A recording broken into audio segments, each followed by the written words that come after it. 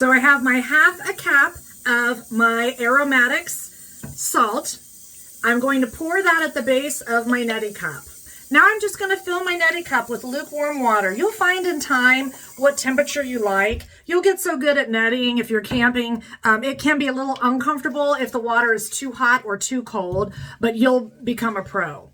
Also, if you live in areas, I live in Ohio where we have a really great aquifer, so our water doesn't have any parasites and has been tested and is really pretty darn safe. But when I'm in Florida, I use distilled water. You'll kind of learn with your microwave, or if you want to boil your own water, you can. Obviously, you don't want boiling water, but usually when I am in Florida, I know just how much time to nuke my water in the neti pot so that it will not be too hot or too cold.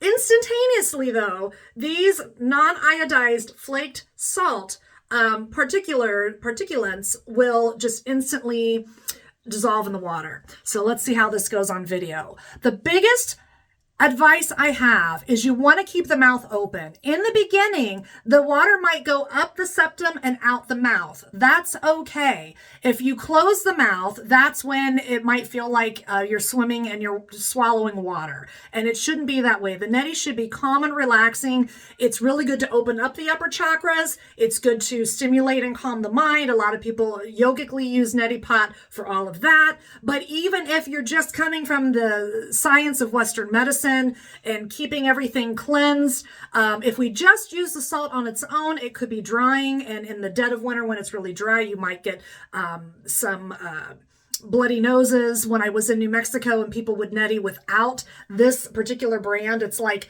the Bentley, not even the Cadillac, the Bentley of all neti salts. And I've used it, I've sold it. It's made by hand by a great yoga buddy. So what you're going to do is I always start on my left nostril, and you want to tilt the head to the side depending on how congested you are. If you have deviated septum, you might have to tilt the head more. So I'm going to place the pot on the left nostril over to the side and let it come out of the right nostril. Keep breathing through the mouth. It's actually a really relaxing sensation, a little hard to get on camera and get into the sink. And you're going to go about halfway. Then you're going to do little sniffs. Just little sniffs. Then you take your tissue. Again, I'm pushing against the side of my cheek, not in my nose cavity. Little light sniffs out, and then you can blot and dry. Then we go to the other side. Tilt the head, breathe out the mouth.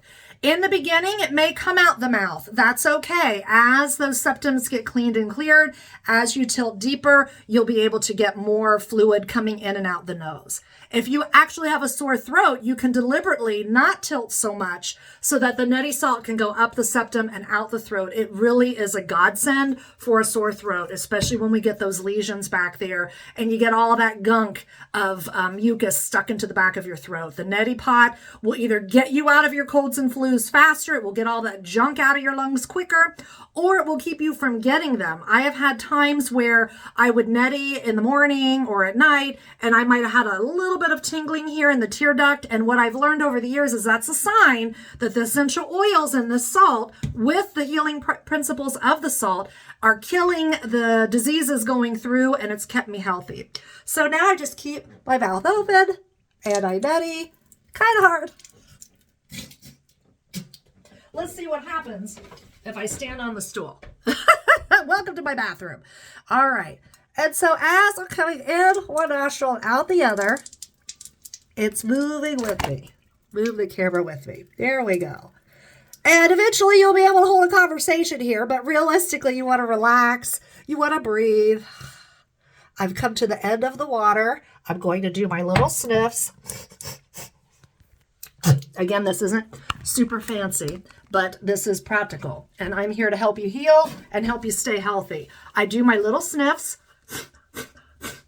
Now, when you finish netting, you're going to feel some moisture in there. If you'd like to take a big inhale to allow what's loose to come down through the throat and kind of clean and purify. There's kind of a joke with yogis is if you neti right before your practice, you might get over in your first downward dog or two and you might have a little saline water drip out, but you're going to find that you'll get used to that sensation and you'll really get used to breathing clear, deep breaths. Yogis knew traditionally that if they learned to manipulate the breath, that it was stimulating to calm the mind and to bring health and wellness to the body. So this practice of Jala Neti is just a wonderful thousands of years old practice that oftentimes I have ear, nose, and throat doctors prescribe netis to my students, and they come, and you would buy this from me directly. I want to say this guy for 6.5 ounces is $15. The Celadon natural organically made with absolutely no toxins, I want to say is $22. I do have a few in stock and I can always order more. If you have more questions about the neti, put them down here in the comments. I'm happy to answer. I've been netting for probably over 25 years. I got my whole family into neti pots, even my ex-husbands and their families into neti pots, because once you go neti pot, and especially with this salt, with these essential oils, you just don't go back. It just is a great way to wake yourself up for the morning. On days where you feel ill, you can use it at night, but give yourself that 30 minutes for all of the fluid to drain back down and out of the sinus cavity. Namaste.